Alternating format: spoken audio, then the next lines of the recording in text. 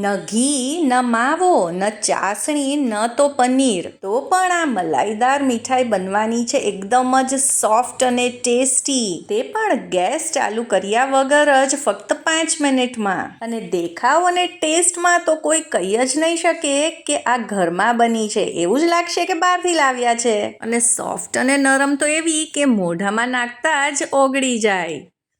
જય શ્રી કૃષ્ણ મિત્રો, સ્વાગત છે તમારું ચાર્મીઝ ગુજરાતી રસોઈમાં. આજની આ એકદમ જ ટેસ્ટી બાર જેવી મીઠાઈ બનાવી લઈએ ફક્ત 5 જ મિનિટમાં.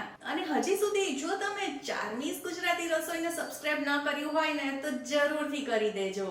અને જો આજની આ રેસીપી તમને પસંદ આવે તો તેને લાઈક કરજો, તમારા ફ્રેન્ડ્સ અને ફેમિલીમાં શેર કરી દેજો. તો આજની આ એકદમ જ ઇન્સ્ટન્ટ અને સુપર સોફ્ટ મીઠાઈ બનાવવા માટે આપણે આ નાનો મિક્સર જાર લઈ લઈશું અને આમાં ઉમેરી દઈશું અડધો કપ ખાંડ. આપણે ખાંડને આમાં પીસીને લેવાની છે. અહીંયા મેં 2 થી 3 ઇલાયચી લીધી છે, તેના દાણા આપણે કાઢીને આમાં ઉમેરી દઈશું. તમારે જો આખી ઇલાયચી નાખવી હોય તો પણ નાખી શકો છો.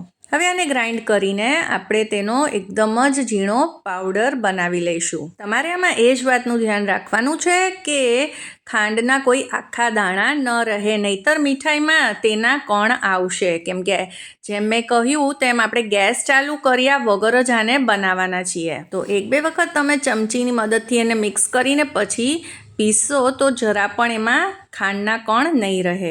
હવે એક મિક્સિંગ બોલમાં આપણે આ દળેલી ખાંડને કાઢી લઈશું. હવે આમાં ઉમેરી દઈશું 1 કપ નાળિયેરનું છીણ. આવું જે બારીક છીણ મળે છે જેને ડેસિકેટેડ કોકોનટ કહે છે તે આમાં ઉમેરી દઈશું. હવે તમારે આમાં એકદમ જ જે ફ્રેશ જે કોકોનટનું છીણ હોય એ જ વાપરવાનું છે. જો ઘરમાં ફ્રીઝમાં પડેલું હોય થોડા ટાઈમ પહેલાંનું એવું નથી લેવાનું. અને આમાં ઉમેરી દઈશું હવે અડધો કપ મિલ્ક પાવડર. તો આ એકદમ જ પરફેક્ટ માપ છે.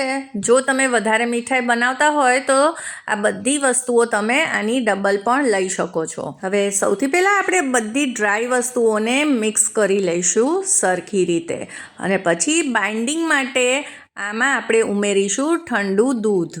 તો આમાં સહેજ પણ ગરમ દૂધ આપણે નથી ઉમેરવાનું. જો ફ્રીઝમાંથી કાઢેલું દૂધ હોય તો ખૂબ જ સારું. તો 3 થી 4 ચમચી જ દૂધ ઉમેર્યું છે. એવું હોય તો સૌથી પહેલાં તમારે ખાલી 2 કે 3 ચમચી જ ઉમેરવું અને આ રીતે મસળતા જઈ અને મિક્સ કરવું. હવે આપણે જે દળેલી ખાંડ નાખી છે તે ધીમે ધીમે ઓગળશે જેમ જેમ આપણે આ રીતે મિક્સ કરતા જઈશું. હાથોની ગરમીથી તે ઓગળતી જશે અને એટલે જ સૌથી પહેલાં એકદમ ઓછું જ દૂધ ઉમેરવાનું. તો આમાં મારે વધારે દૂધ ઉમેરવાની જરૂર નથી પડી ને આ રીતે સોફ્ટ ડો આનો તૈયાર થઈ ગયો છે. જો તમને હું બતાવું તો 1/4માંથી પણ 1/4 જેટલું દૂધ બાકી રહ્યું છે. હવે આ મીઠાઈના મિક્સચરને આપણે સોફ્ટ કરી લઈશું. તો હળવા જ હાથે આપણે આ રીતે જેમ લોટ બાંધતા હોય તેમ બધું મિક્સચર એકસાથે લઈ આવશું તો તે સોફ્ટ થઈ જશે. જો વધારે વજન દઈને કે એમ મસળશું તો આ વધારે જ ઢીલો થતો જશે. તો જુઓ, નથી ઘી વાપર્યું કે નથી કંઈ તો પણ એકદમ સરસ શાઇન આવી ગઈ છે. હવે મીઠાઈમાં થોડુંક ક્રંચ અને ફ્લેવર માટે અહીંયા ડ્રાય ફ્રૂટ્સ લઈ લીધા છે. તો ડ્રાય ફ્રૂટ્સમાં મેં અહીંયા બદામ, કાજુ અને પિસ્તા લીધા છે. તેને આ રીતે બારીક સ્લાઇસીસમાં કટ કરી લઈશું. ડ્રાય ફ્રૂટ્સ તમે તમારી મનપસંદગીના લઈ શકો છો અને ક્વોન્ટિટી પણ તમે વધારે કે ઓછી કરી શકો છો. તો આ ડ્રાય ફ્રૂટ્સને આપણે મીઠાઈ ઉપર કોટ કરવાના છે એટલે આ રીતે થોડાક બારીક અને પાતળા જ સમારીશું. હવે અત્યારે તો મેં આટલા ડ્રાય ફ્રૂટ્સ આમાં કટ કર્યા છે. તો હવે આ મીઠાઈનું મિક્સચર જે તૈયાર થયું છે તેને હાથોમાં લઈ લઈશું અને તેમાંથી તેનો એક રોલ તૈયાર કરી લઈશું. હવે તમારે જેટલી થિકનેસ જોતી હોય તે પ્રમાણેનો તમે રોલ આમાંથી તૈયાર કરી શકો છો.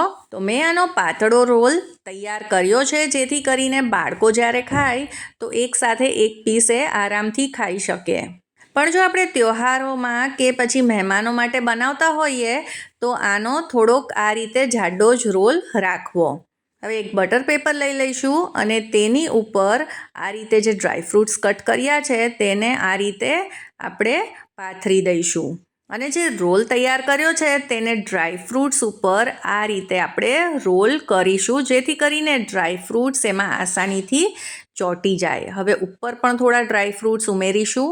તો આના ઉપર ડ્રાય ફ્રૂટ્સ એકદમ જ આસાનીથી ચોંટી જાય છે. આમાં કંઈ પણ તમારે એક્સ્ટ્રા કંઈ કોટિંગ કરવાની, ઘી લગાવવાની કે પાણી લગાવવાની જરૂર નથી હોતી.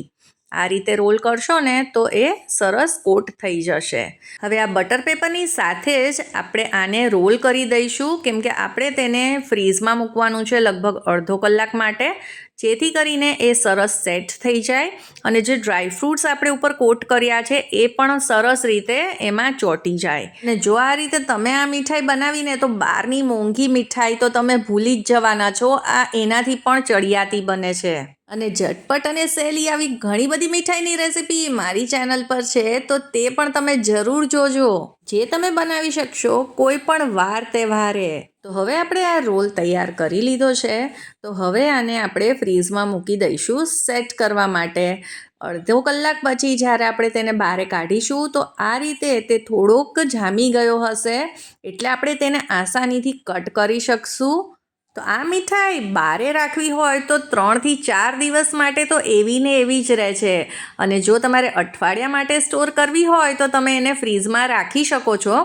અને પછી જ્યારે તમારે એને ખાવી હોય તો એનો અડધો કલાક પહેલાં બારે કાઢશો ને તો પાછી એવી ને એવી એકદમ જ સોફ્ટ બની જશે.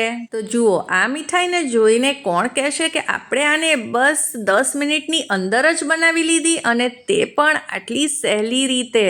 આજની આ રેસીપી જો તમને પસંદ આવી હોય તો તેને એક લાઈક કરી દેજો, તમારા ફ્રેન્ડ્સ અને ફેમિલીમાં શેર કરી દેજો, અને ચાર્મીસ ગુજરાતી રસોઈને સબસ્ક્રાઈબ કરવાનું ન ભૂલતા.